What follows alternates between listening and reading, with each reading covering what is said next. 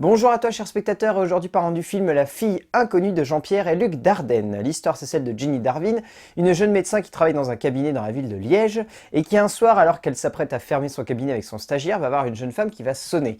Elle va refuser de lui ouvrir parce que c'est 1 heure après la fin des consultations et le lendemain matin elle va découvrir que cette jeune femme est décédée quelques mètres plus loin d'une chute mortelle. Ça va la tourmenter et elle va chercher à savoir qui est cette jeune femme et dans quelles circonstances elle est morte. À Cannes, le film a énormément perturbé parce que il est considéré actuellement, je pense, comme l'un des Dardennes les moins réussis par la plupart des critiques. Le style des Dardennes est vraiment particulier. On est à mi-chemin entre du réalisme pur et dur, du film social, et en même temps ils essayent d'apporter un côté très cinématographique au travers de l'aventure que vivent les personnages. C'est-à-dire que rarement, ces personnages cherchent quelque chose de simple, ils veulent tout le temps quelque chose d'extraordinaire, mais tout de même quelque chose d'ancré dans le monde, qui peut paraître un peu étrange et qui fait d'eux des marginaux par le biais de la manière avec laquelle ils vont essayer d'agir et de changer les consciences. C'est-à-dire que dans l'enfance, c'est une famille qui a envie de se construire dans un monde où on veut les en empêcher. Dans 2 jours, 1 nuit, c'est l'histoire d'une jeune femme qui a envie de garder son travail alors qu'on voudrait lui dire non, tu n'as pas le droit de garder ton travail. Ils ont des sujets qui sont vraiment intéressants.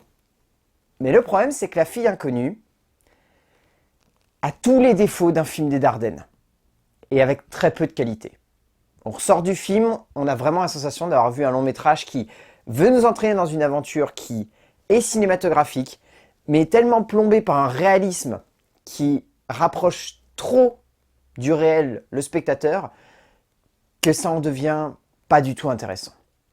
Au niveau de leur scénario, les frères Dardenne, ce qu'ils ont voulu, c'est développer toute une thématique autour du fait que cette jeune femme, au début, on la trouve extrêmement ancrée dans une espèce de maniérisme sociétal qui voudrait qu'elle respecte constamment toutes les règles qu'on lui a incité à avoir comme ordre de vie dans son quotidien.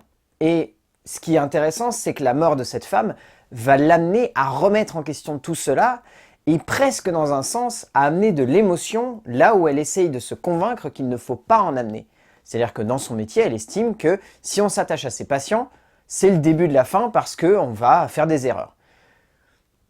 Ce qui est un questionnement qui est récurrent dans le cinéma. C'est un questionnement qui va sur tous les sujets et ça remonte presque au mythe de Frankenstein parce que même le mythe de Frankenstein, à partir du moment où le docteur Frankenstein a eu de l'émotion pour sa créature, c'est là en fait que ça a merdé. Et là, on est un peu sur la même idée, sauf que c'est beaucoup plus ancré dans le réel et le problème, c'est que le personnage est pas si intéressant que ça. Elle est même par moments extrêmement antipathique parce que même si on est touché par la quête qu'elle cherche à accomplir, on ne l'est pas par la manière et la démarche avec laquelle elle choisit d'interagir avec le monde qui l'entoure. Et ça nous bloque. Les métaphores sont là. La parabole sociétale est là. L'envergure presque romanesque et épique de l'aventure que vit cette jeune femme est là.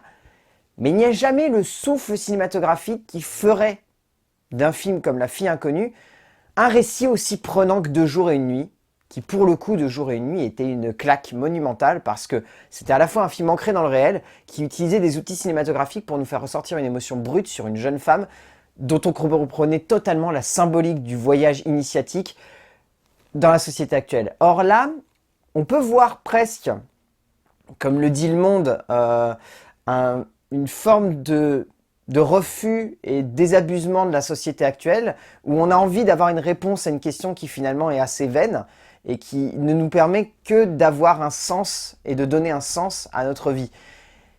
Mais ça suffit pas à emmener un long métrage de 1h46 d'un point A à un point B avec plein de petites étapes au milieu. Et au niveau de la mise en scène, il n'y a rien à en redire. Le style des Dardennes, il est intéressant parce que c'est un style qui est purement et simplement réaliste dans ses travers à la fois les plus négatifs et les plus positifs, à l'image de l'être humain. Donc dans un sens, les films des Dardennes sont imparfaits et parfaits à la fois, et c'est ce qui les rend fascinants. Mais là, c'est le style poussé à l'extrême, mais le plus brutal, quoi.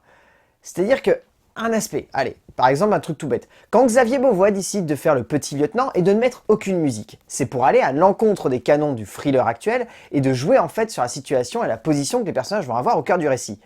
Quand les Dardenne décident de ne pas mettre de musique, c'est uniquement pour coller au réel et rapprocher leur long métrage du documentaire. Sauf que, nous, ça nous donne juste la sensation d'avoir un manque de rythme et de continuité dramatique. Et résultat, même si l'histoire est plutôt prenante, il y a un rythme tellement bâtard sur ce métrage qu'il y a des moments où on s'ennuie profondément malgré le fait qu'on trouve les personnages intéressants et qu'on soit... Il y a une intensité dramatique dans la construction de l'histoire qui est vraiment, vraiment fascinante, mais il n'y a pas de rythme. Donc résultat, même s'il y a des moments qui sont d'une intensité folle, le reste du temps, on se demande qu'est-ce qui va se passer par la suite, et on se demande de quelle manière, on se demande comment, et on est juste perdu en fait devant ce film. Et on n'arrive pas à retrouver notre chemin par le biais des personnages ou par le biais des acteurs. Et pourtant, les acteurs sont vraiment excellents. Parce que même si on retient forcément que l'actrice principale du film, il y a des jolis rôles secondaires. Il y a Jérémy Renier, qui est un habitué des Frères Dardenne. Il y a Olivier Bonneau, qui est vraiment excellent. Il y a Christelle Cornille. Il y a Nadège Oudraogo.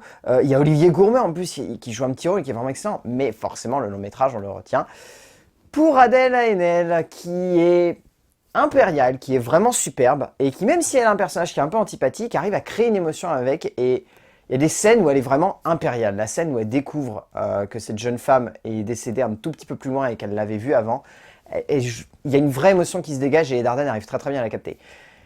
Mais au final, La fille inconnue, ça nous laisse de marbre.